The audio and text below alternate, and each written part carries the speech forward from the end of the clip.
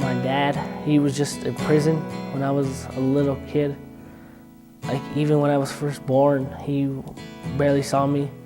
So I just pretty much thought, like, do I even have a dad? Like I would tell my mom that every day, like, is my dad even alive? And I think that's a tough experience because usually most sons usually grow up with their dad. But I didn't have that as a child, so I thought it wasn't very fair. I was 7 years old when my mother passed away. And my little sister, she was only 2.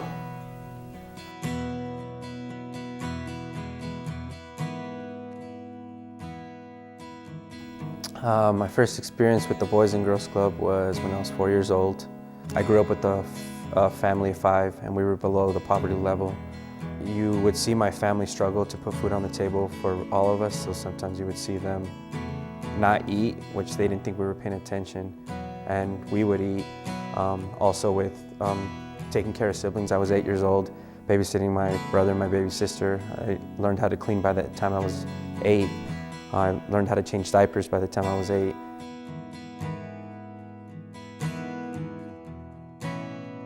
We didn't have many programs in Fort Lupton, and also our parents that are working 1 or 2 jobs and needed a safe and secure place for their kids after school.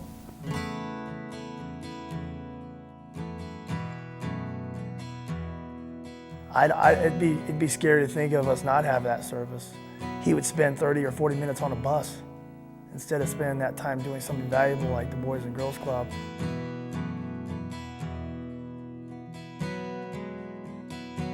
So my family has always had financial issues. We've moved from trailer park to trailer park and then finally getting a house, but it being taken away from us. So basically, yeah, just financial issues my whole lifetime.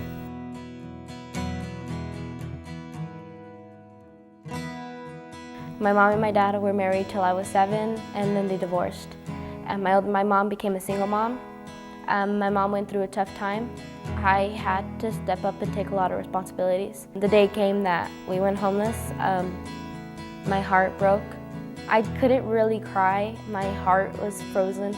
I was frozen in the moment. My mom was going out of control. My little brothers were worried about things that little kids shouldn't worry about. My older sister was nowhere to be found. My little sister left.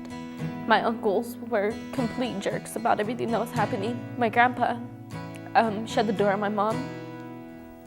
Everybody that I talked to didn't understand me. I was at a breaking point to where I couldn't cry in front of my mom because if I were to cry, she knows that I was hurting.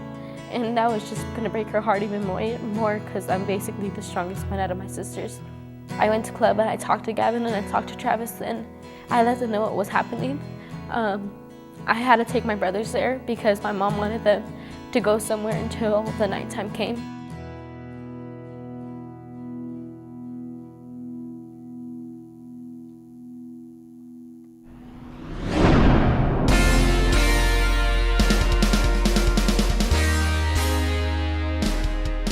Boys and Girls Club was there for me in so many ways.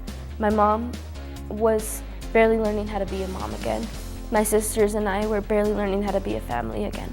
They helped me through so much. They are really my second family because without the Boys and Girls Club, I really don't know where I would be personally.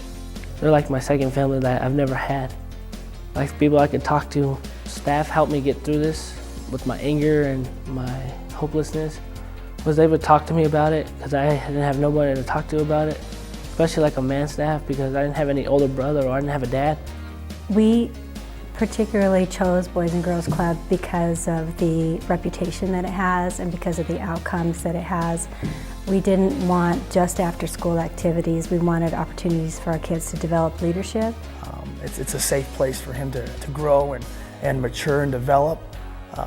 He gets to be around a wide range of kids. He's bilingual. You know, those are the values I consider to be important. And then at the same time, he enjoys it. So it's a win-win. The club taught me over the 14 years that I was there that anything's possible, that you have an opportunity to make something of yourself, regardless of where you're from, regardless of what you do, or who your family is. My parents supported me. My parents did the best that they could, but they didn't understand the concept of an education. What they believed is if you're the eldest son and you're from a Mexican family, once you graduate high school, or not even high school, once you're done with school, that you're going to take care of the family. Because if that were to happen, I wouldn't be able to break out of the cycle. That you see a lot of youth still to this day are stuck in that cycle, and it's a continuous cycle. I graduated at the top 20% of my class. I applied to 8 different universities and got into all of them. It was a difficult choice for me to make, but I made it anyways because the club gave me that courage to believe that for me to be successful and for me to change the world like I've always wanted to, that I had to get an education, that I had to move on in order to come back later and actually help my family. One of my strongest characteristics is my confidence. The club led me to that, and now, because of it, I can say that I influence our teen population. I lead the teens to college trips, plan teen nights just so they can have fun, give them a nice environment to be around instead of being in the streets. I mostly remember all the teen nights. They remind me of, even though I don't really have a life outside the club, that I can still have innocent fun in a place where everybody can still be a kid. I love playing soccer on Fridays for 2 hours straight and going home terribly exhausted. It just motivates people that are shy or the same way I was before coming to the club, and really tell themselves, hey, I can do something in life. I'm gonna be the first person in my family to attend college and graduate college. And to my family, that is going to give them a little extra push in this world. What the club has done for me, that can help other people, is just hope and like family. They helped me through a lot, letting my emotions out more. They helped me break through barriers that I didn't think I could let down anymore. This is the place that made me the person I am today, and I cherish that every day.